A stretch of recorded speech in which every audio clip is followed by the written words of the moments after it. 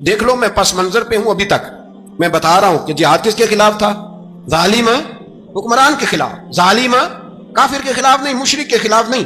حضرت امام حسین رضی اللہ تعالیٰ عنہ نے ہر جگہ ایک ہی بات کی کہ یزید شرابی ہے تو بچے کٹوا دوں گا، شرابی کو ووٹ۔ یہ ایک نہیں، ہر کتاب میں یہی لکھا، ہر کتاب میں، اور ہر مسلک کی کتاب۔ یزید چونکہ مجرے دیکھتا ہے، رنڈیوں کا ناچ دیکھتا ہے، بچے کٹوا دوں گا، اس کے ہاتھ میں ہاتھ۔ امام حسین نے فرمایا چونکہ اللہ کی حدوں کو توڑتا ہے، حقوق اللہ پامال کرتا ہے، حدود اللہ، بچے کٹوا دوں گا لیکن اس کے ہاتھ میں ہاتھ۔ سارا دن خود مجرا دیکھنا اور 10 محرم کو 2 دیگیں پکا کے حسینی بن جانا، سارا سال خود گند مند کرنا، شرابیوں کے ساتھ رہنا، اور 10 محرم کو 2 آنسو بہا کے یاد رکھنا۔ میں ہمیشہ کہتا ہوں، پھر کہہ رہا ہوں، جس کے موبائل میں گندے گانے ہیں، گند دیکھتا ہے، شرابی کبابی کا سپورٹر ہے، ووٹر ہے، یا مجرے دیکھتا ہے آتا جاتا ہے، وہ یاد رکھے قیامت میں امام حسین کا ہاتھ ہوگا، اس کا گریبان ہوگا۔ ہم سے نہ رقم ہوں گے قصیدے یزید کے، ہم لوگ تو حسین کے سیرت نگار۔ حضرت عباس بازو کٹا، پھر پانی تو بھر لیا تھا، لا نہ سکے، پھر گردن کٹی تو شہید ہوئے۔ بچوں کی بھی شہادت ہوئی، پر جب ان کا لاشا اٹھایا تو امام حسین کہنے لگے مولا اب نہ حسین کی کمر کمزور ہو گئی ہے، اب کمزور ہو، اور بھائی ایک میت ہو جائے تو 4-5 دن تو پوری آنکھیں نہیں کھلتی، کیسا جری خاندان ہے۔ تھوڑی دیر گزری تو امام علی مقام نے پٹکا باندھا، سر پہ دستار باندھی، مولا علی کی تلوار پکڑی، نبی پاک کا امامہ باندھا، اور گھوڑے پہ سوار ہوئے تو کہنے لگے زینب گھر تیرے حوالے اور میں اللہ کے حوالے، گھر تیرے حوالے اور میں۔ اور پھر امام حسین نکلے، امام علی مقام نکلے۔ راوی کہتے ہیں کہ یہ جلوہ پہلے بھی بڑے سونے تھے، پر آج جو رنگ دیکھا وہ کبھی نہیں دیکھا۔ کیا انداز تھا، جدھر جاتے نعرہ لگاتے تو حد ہو جاتا۔ اتنے لوگ امام حسین نے کاٹے، اتنے کاٹے، پھر واپس پلٹ کے آئے اور کہنے لگے زینب ذرا پردے کے پیچھے سے دیکھ تو صحیح میری بہن، ان بزدلوں کو جرت ہی نہیں ہو رہی حسین کے مقابلے میں آنے، ایک دوسرے کو دھکا دیتے، تو جا تو جا، پھر اکٹھے وار ہوئے۔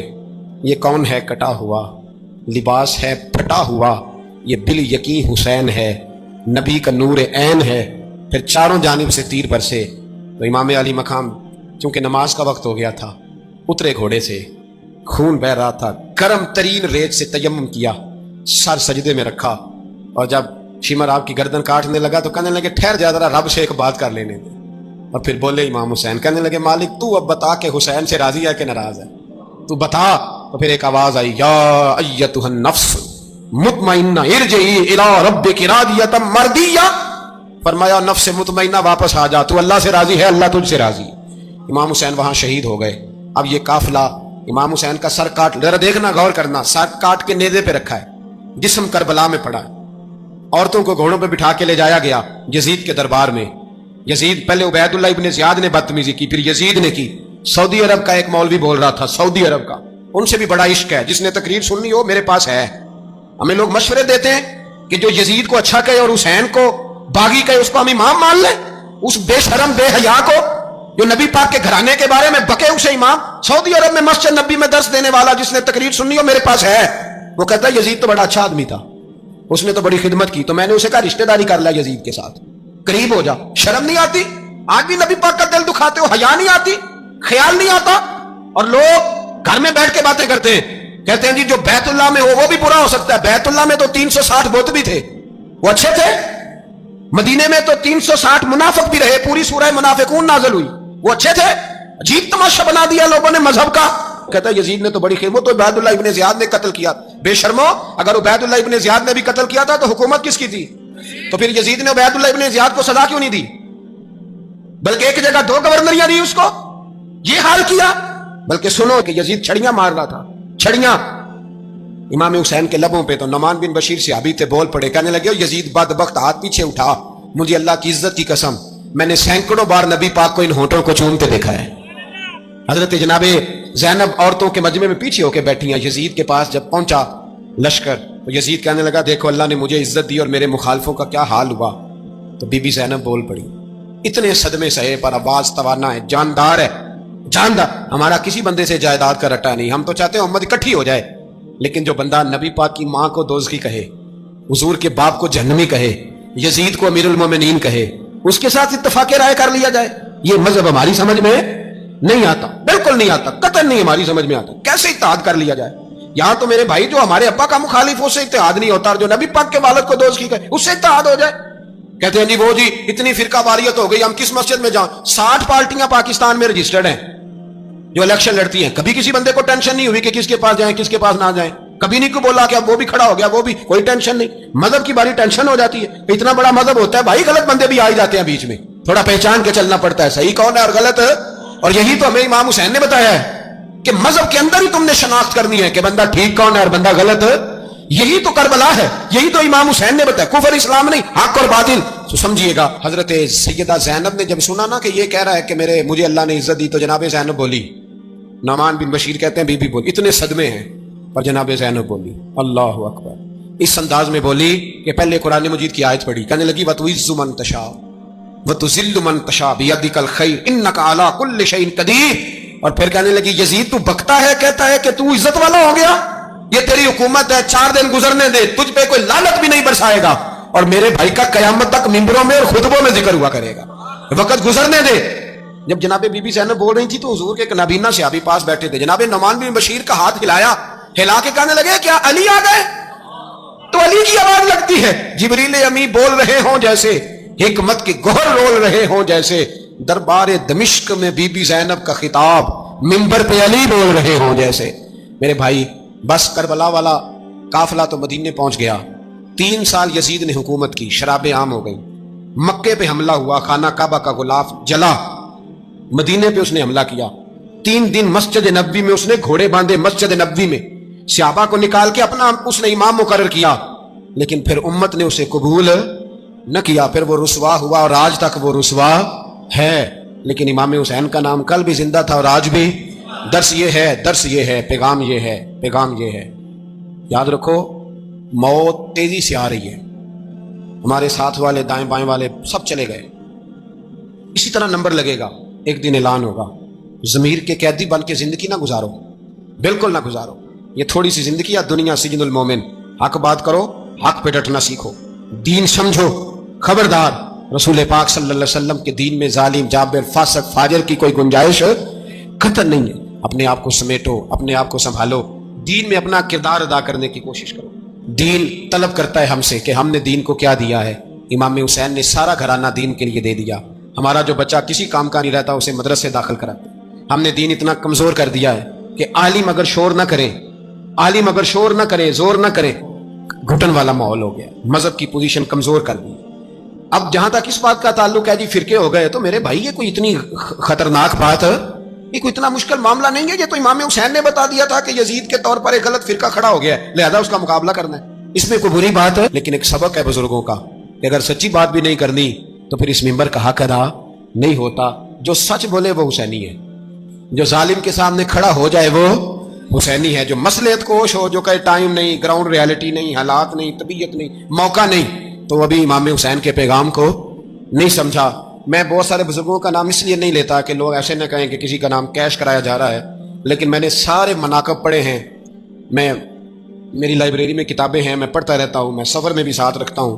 لیکن حضرت شیخ عبدالصبور بیگ منشور ہزاروی کا شعر امام علی مقام کے مقابلے میں اس طرح کا ہے کہ مجھے سارے شاعروں سے زیادہ وزنی محسوس ہوتا ہے. انہوں نے کہا تھا اس شاہ مشرقین کی، اس نور عین کی مطلوب ہے جہاں کو قیادت حسین کی. دیکھیے ذرا حسن. اور ہر سو یزیدیوں کا زمانے میں زور ہے، ایک دو جگہ پہ نہیں، ہر سو یزیدیوں کا زمانے میں زور ہے. منشور آج پھر ہے ضرورت حسین کی، آج پھر ہے ضرورت ہے. آج لوگ حسینی بنے، امام حسین کے نقش قدم پر. وہ کہتے ہیں زور ہو گیا یزیدیوں کا. یہ ہمارے بزرگ ہمیں بتا گئے. مسجد کی طرف توجہ کرو، اپنے بچوں کی نگہبانی کرو. دنیا کی زندگی اتنی مختصر ہے کہ ایک خواب لگے گا جب ہم جائیں گے دنیا. ایک خواب لگے گا، خواب تھا جو کچھ کے دیکھا، جو سنا افسانہ تھا. اہل بیت نبوت کا اسوہ عبادت ہے، ریاضت ہے، پردہ ہے، پرہیزگاری ہے. اس پر توجہ کریں. جن کی بچیاں سر نہیں ڈھانپتی وہ 10 محرم کو بے شک دیگ نہ پکایا کریں. جو لوگ قرآن شریف پڑھنے کے عادی نہیں وہ بے شک امام علی مقام کا ذکر نہ کریں، اس لیے کہ امام حسین نے سر سجدے میں کٹایا ہے اور تلاوت نیزے کی نوک پہ بھی جاری رکھی ہے. دین کے ساتھ اپنے آپ کو جوڑو، دیندار بنو، رسول اللہ کی غلامی اختیار کرو، ورنہ یہ زندگی کچھ ایسا وقت بھی لاتی ہے کہ جب زندگی بوجھ بن جاتی ہے. کچھ لوگ صحابہ کے بارے میں کمزور جملے بولتے ہیں، غلط باتیں کرتے ہیں. کچھ اہل بیت نبوت کے بارے میں غلط باتیں کرتے ہیں. یہ صرف سنی ہے جو حق 4 یار کا نعرہ بھی کھول کے لگاتا ہے اور یہ نعرہ حیدری یا علی بھی کھول کے لگاتا ہے. یہ اللہ نے صرف ہمیں مقام، وہ الگ بات ہے کہ ہم لوگ سننے کو تیار نہیں، سمجھنے کو تیار نہیں کہ اللہ نے ہمیں مرتبہ کتنا عطا فرمایا ہے، یہ صرف ہماری امام حسین کی شہادت کا کچھ تھوڑا سا پس منظر۔ شہادت ہمارے ہاں بیان ہوتی ہے اس انداز میں کہ لگتا ہے کہ کسی مظلوم بندے کو کسی نے پکڑا ہوا تھا تو وہ سارے اسے مار رہے تھے اور وہ منتیں کر رہا تھا کہ مجھے نہ مارو، اتنی ہائے ہائے کی جاتی ہے کہ محسوس ہوتا ہے کہ امام علی مقام بڑے پریشان تھے کہ کسی طریقے سے، اور ان کا خاندان بڑا تکلیف میں تھا کہ جلدی کہیں کربلا سے نکل جائیں۔ حالانکہ اس دھرتی پہ، اس کائنات پہ صبر، شجاعت، استقامت اور حوصلہ جس سے کائنات سیکھے گی وہ صرف امام حسین ہی ہے۔ اتنے بڑے صابر آدمی کے بارے میں اس طرح کا رویہ اختیار کرنا کہ وہ تو گویا اس طرح کر رہے تھے کہ بس کسی طریقے سے میری معذرت، تو یہ امام حسین کی مظلومیت سنا کے لوگوں کو اس طرح کا کر دیا جاتا ہے، یہ انداز بتایا جاتا ہے کہ شاید واقعہ کربلا رونے دھونے کا نام ہے، حالانکہ بات یہ نہیں ہے۔ تو یہاں کمزوری دکھائی جاتی ہے، ہمارے بچے سمجھنے لگے ہیں کہ یہ شاید کوئی ایسی داستان ہے، اور اس طرح کا ماحول ٹی وی پہ میں دیکھ رہا تھا، اس طرح کا ماحول بنایا جاتا ہے جیسے کوئی خوف ہے، یعنی واقعہ کربلا کوئی ایسا واقعہ جسے دیکھ کے خوف طاری ہو جائے، بچے راتوں کو ڈرے، وہ اکیلے درخت دکھائے جا رہے ہیں اور تیر دکھائے جا رہے ہیں۔ او یار، کیا قوم کی تربیت کر رہے ہیں؟ واقعہ کربلا حوصلے کا نام ہے، دلیری کا نام ہے۔ سنیں بات اصل میں کیا تھی، بڑے ٹھنڈے دماغ سے میری بات کو سمجھیے گا۔ حضرت مولا علی شیر خدا کے بعد مسلمانوں کے متفقہ امیر بنے تھے حضرت امیر معاویہ۔ انہیں امیر کس نے بنایا تھا؟ امام حسن نے، حضرت علی کے بڑے صاحبزادے۔ حضرت امام حسن نے ان سے صلح کی، انہیں خلافت دی، اور صحیح بخاری میں نبی پاک نے فرمایا تھا میرا بیٹا حسن سردار ہے، جب مسلمانوں کی جماعتوں میں لہو بہہ جائے گا تو حسن ان کی صلح کرا دے گا۔ وہ صلح امام حسن نے کرائی، جناب امیر معاویہ امیر بن گئے۔ حضرت امیر معاویہ رضی اللہ تعالیٰ عنہ بڑا پیار کرتے تھے نبی پاک سے، بڑا احترام کرتے تھے حضور کے خاندان کا۔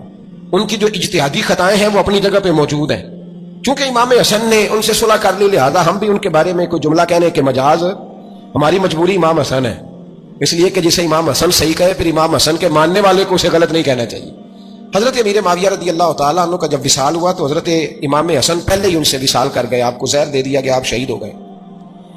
امام حسین موجود تھے، تو یزید کے بارے میں لوگوں نے کہا جناب امیر معاویہ سے کہ یہ ٹھیک ہے، مناسب ہے اور بہادر ہے، دلیر ہے۔ وہ جو ہوتے ہیں نا خوش آمدی ٹولہ، ہمارے ملک میں جو اچھی خوشامد کرے اسے اچھی وزارت ملتی ہے، اچھی وزارت اسے دیتے ہیں، جو ذرا صحیح بدتمیز بھی ہو اور صحیح وکالت کرنے والا اسے وزارت صحیح دیتے ہیں۔ تو حضرت امیر معاویہ کے گرد بھی کچھ ایسے لوگ تھے، انہوں نے آپ سے کہا کہ یزید کو نامزد کر دیں، تو آپ نے یزید کو بلایا، حوالہ مجھ سے دیکھ لیجئے گا، بلا کے فرمایا کہ 3 بندوں کے سامنے اپنی خلافت پیش کرنا، اگر وہ تجھے مان جائیں تو امیر بن جانا، نہ مانے تو چپ کر کے گھر بیٹھ جانا۔ وہ 3 بندے کون ہیں؟ جناب عبداللہ ابن عباس، حضرت عبداللہ بن زبیر اور امام حسین رضی اللہ تعالیٰ عنہ کی وصیت فرمائی جناب امیر معاویہ۔ ہوا یہ کہ یزید جب امیر بنا نا، 2-3 چیزیں ہوتی ہیں جب کسی بندے کو قابو کرنا ہوتا ہے، 2-3-4-5 چیزیں ایسی ہوتی ہیں جس سے بندہ قابو آتا ہے۔ تو اس نے بھی فوری طور پہ، یزید نے دیکھا میرے لیے مسئلہ کیا بن سکتا ہے۔ ولید بن عتبہ اس وقت مدینے کا گورنر تھا، یزید نے اس کو خط لکھا کہ امیر عرب کا رواج آج بھی ہے کہ جب تک نئے خلیفہ کی بیعت نہیں ہو جاتی پرانے کے انتقال کی خبر ہی نہیں دیتے، اس کو رکھے رکھتے ہیں، یہ ان کا طریقہ ہے۔ وہ کہتے ہیں کہ ولی عہد اچھی طرح قبضہ کر لے پھر بتائیں۔ حضرت امیر معاویہ کا وصال ہو گیا، بتایا نہیں۔ یزید نے اب کیا کیا، کیونکہ بڑا چلاک آدمی تھا، بڑا شاطر تھا، بڑا تیز تھا، بڑا عجیب اس کا مزاج تھا۔ یہ چلاک لوگ زندگی میں ہمیشہ دھوکہ کھاتے ہیں، چلاکیاں انسان کو گراتی ہیں، اور اتنا منہ چھیل جاتا ہے کہ منہ پہچانا ہی نہیں جاتا۔ بندہ اپنے آپ کو رب رسول کے حوالے کر دے تو اللہ بڑی بہترین جزائیں عطا کرتا ہے۔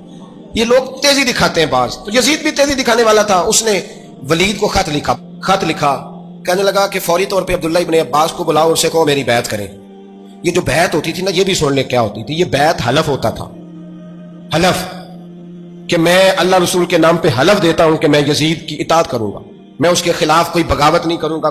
یہ بیعت لوگ سمجھتے ہیں کہ بس ہاتھ پکڑنے کا نام بیعت تھا، اس بیعت کا متبادل جمہوری ملکوں کے اندر ووٹ آیا ہے، اس کا متبادل لفظ۔ تو کہا بیعت کرے، حضرت عبداللہ بن عباس کو بھی بلاؤ، عبداللہ بن زبیر کو بھی بلاؤ، امام حسین کو بھی بلاؤ۔ امام حسین آدھی رات کے وقت بیٹھے تھے مسجد نبی میں، چونکہ 5 نمازوں کی آپ امامت کرتے تھے۔ ہن اللہ خیر کرے، جڑا نماز پڑھائے ہو مولوی، جڑا ٹل پائے ہو پیر، جڑا مہینہ نہ نائے چھوٹا پیر، تے جڑا 6 مہینے نہ نائے ہو بڑا پیر، کہتے بابا پہنچے ہیں، کڑے چھڑے جو پہن لیے۔ بھائی امام حسین تو نمازیں پڑھاتے تھے، مولا علی تو نمازیں پڑھاتے تھے، مسجد کے خطیب تھے، اب اس کو تو مولوی کہہ دیا جاتا ہے بیچارے کو۔ تو ملنگ کون ہوتا ہے جی؟ کہتے جڑا کپڑے کاٹ پائے۔ کیا تماشا ہے، قوم جدھر دل کرتا ہے نکل جاتی ہے۔